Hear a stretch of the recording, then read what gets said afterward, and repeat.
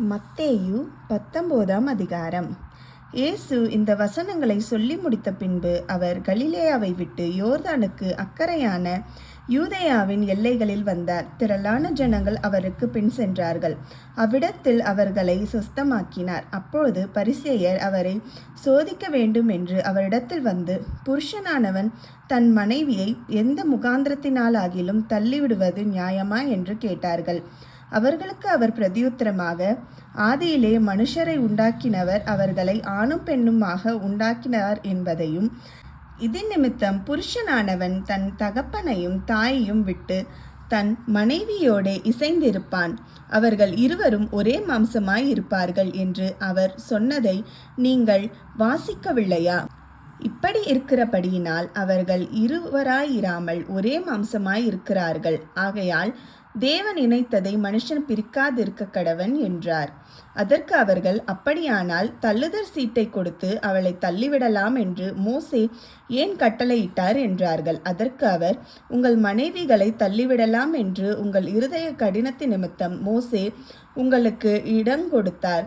ஆதி முதலாய் அப்படி இருக்கவில்லை. ஆதலால் எவனாகிலும் தன் மனைவி வேசித்தனம் செய்ததின் நிமித்தமே அன்றி அவளை தள்ளிவிட்டு வேறொருத்தியை விவாகம் பண்ணினால் அவன் விபசாரம் செய்கிறவனாய் இருப்பான். தள்ளிவிடப்பட்டவளை விவாகம் பண்ணுகிறவனும் விவசாயம் செய்கிறவனாய் இருப்பான் என்று உங்களுக்கு சொல்லுகிறேன் என்றார்.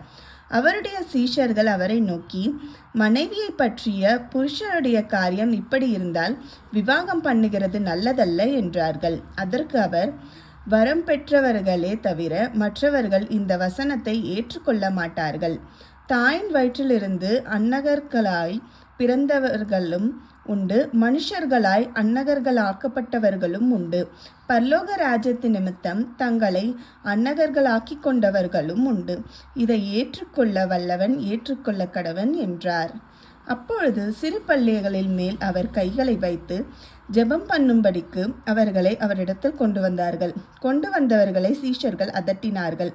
இயேசுவோ, சிறு பிள்ளைகள் என்னிடத்தில் வருகிறதற்கு இடம் கொடுங்கள், அவர்களை தடை பண்ணாதிருங்கள், பரலோக ராஜ்யம் அப்படிப்பட்டவர்களுடையது என்று சொல்லி அவர்கள் மேல் கைகளை வைத்து பின்பு அவ்விடம் விட்டு புறப்பட்டு போனார்.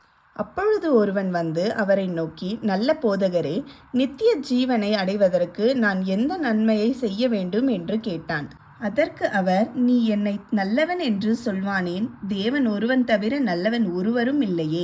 நீ ஜீவனில் பிரவேசிக்க விரும்பினால் கற்பனைகளை கைக்கொள் என்றார். அவன் அவரை நோக்கி, எவைகளை என்று கேட்டான். அதற்கு இயேசு, கொலை செய்யாதிருப்பாயாக, விபச்சாரம் செய்யாதிருப்பாயாக, களவு செய்யாதிருப்பாயாக, பொய் சாட்சி சொல்லாதிருப்பாயாக, உன் தகப்பனையும் உன் தாயையும் கனம் பண்ணுவாயாக, உன்னிடத்தில் நீ அன்பு கூறுவது போல பிறனிடத்திலும் அன்பு கூறுவாயாக என்பவைகளே என்றார்.